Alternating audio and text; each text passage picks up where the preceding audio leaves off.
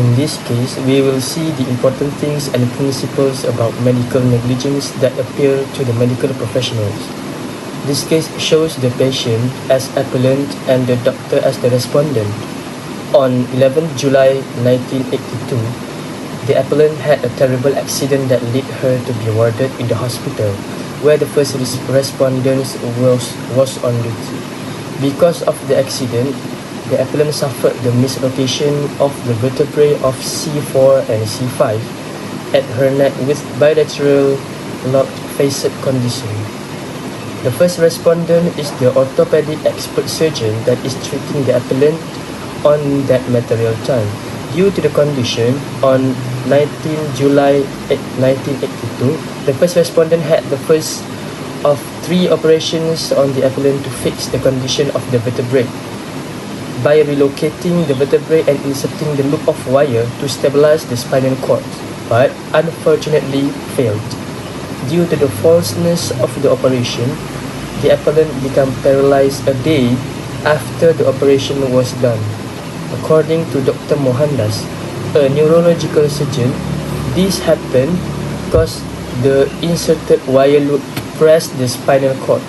After that, on the same day, the first respondent did the second operation to the appellant to remove the wire loop, but this operation did not remove the paralysis and the appellant need to be confined to a wheelchair every day.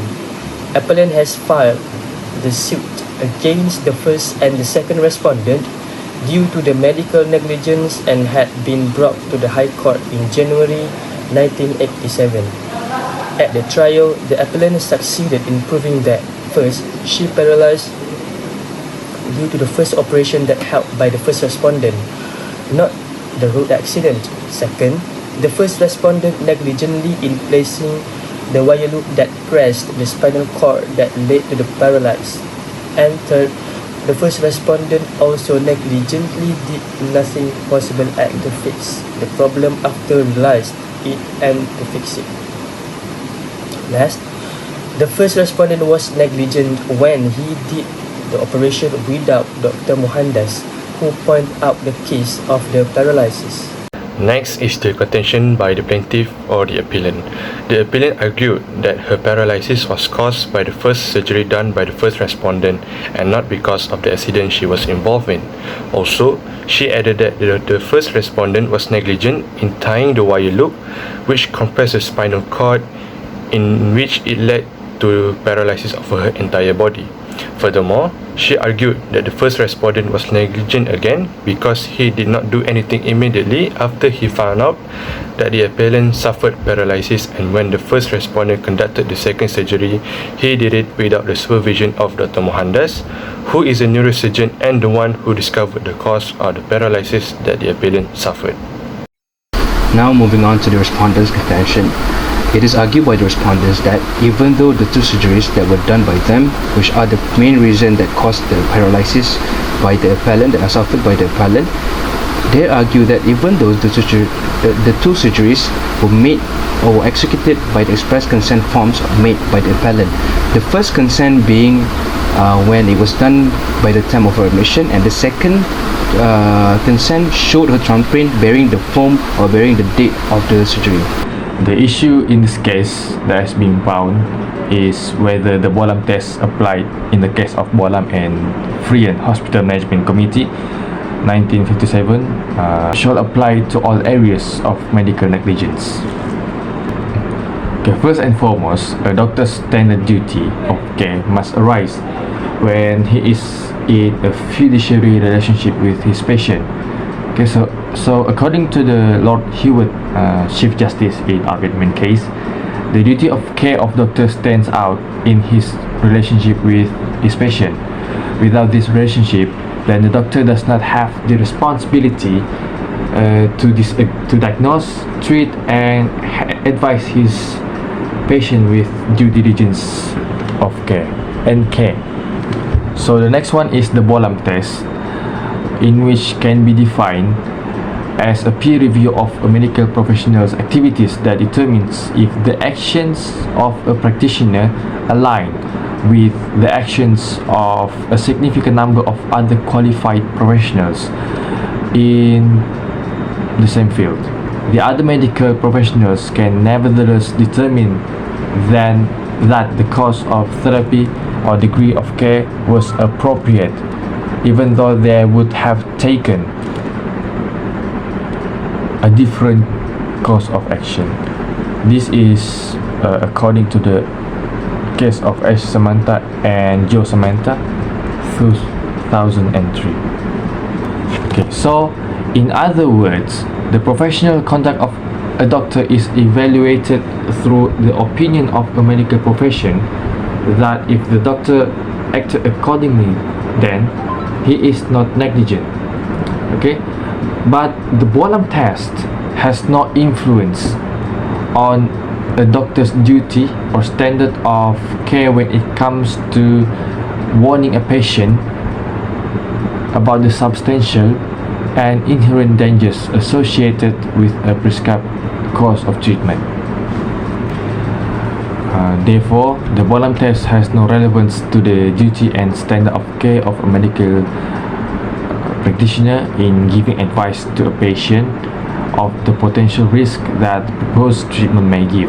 The reason being is that the law requires a practitioner to disclose all potential risks to a patient who can understand and appreciate such information.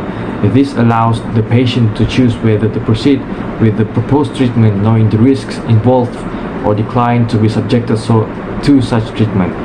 The principle was expressed by Lord's comment in Sidaway against Board of Governors of the Bethlehem Royal Hospital and the Maudsley Hospital and others.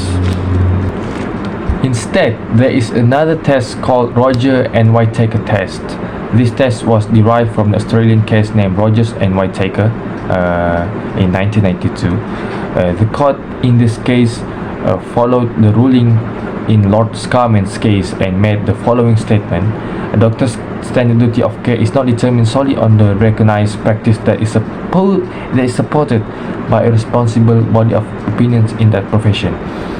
Furthermore, and perhaps more importantly, the Bolam principle has been abandoned in favor of the idea that while evidence of acceptable medical practice is a useful guide for the courts, it is up to the courts to decide what constitutes an appropriate standard of care after giving careful consideration to the fundamental principle that every individual has the right to make decisions about his or her own life.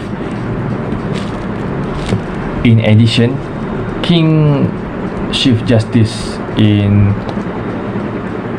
F against R, this case is in 1983, emphasized that not only a doctor's duty is to disclose the potential risk of a treatment, but also to disclose any other risk of a treatment, especially one that involves major surgery that may be proven as ineffective. The judgment of the court declined the Bolam test and instead adopted the Roger against Whitaker test. Furthermore, the court has decided to allow the application of the appeal, which requires the deposit has been paid by the appellant to the defendant to be refunded fully. The judgment was delivered pursuant to Section 78, Subsection 1 of the Courts of Judicature Act 1964, as the chairman of the panel has already retired. So now I would like to end this case review with the commentary and the conclusion. The landmark case of Fu Fiona against Dr. Su Fok Moon has significantly impacted the legal landscape of medical negligence in Malaysia. This case involved the appellant Fu Fiona, who became paralyzed following a surgical procedure by the respondent Dr. Su Fok Moon. The appellant contended that her paralysis was due to the negligent placement of a wire loop during surgery and the lack of immediate corrective action. The crux of this case revolved around whether the Bolam test, which originated from Bolam against Freen Hospital Management Committee, should apply universally to all aspects of medical negligence, including risk disclosure. The Federal Court concluded that while the Bolam test might be relevant in assessing the technical aspects of medical procedures, it does not extend to the duty of care regarding the disclosure of risks. Instead, medical practitioners must inform patients of significant risks associated with proposed treatments to ensure informed consent. A comparable case is Kamalam, daughter of Rahman, against Eastern Plantation Agency Sendirian Berhad, where the court emphasized the importance of informed consent. In this case, the plaintiff underwent a sterilization procedure without being adequately informed of the risk, leading to complications. The court held that the failure to disclose material risk constituted negligence. Similarly, in Dr. Hariram Jayaram against Lembaga Kumpulan Wang Simpanan Pekerja, the court underscored that doctors must provide sufficient information to patients about the risk of procedures to obtain valid consent. These cases, alongside Fu Fiona against Dr. Su Fok Moon, underscore a critical principle.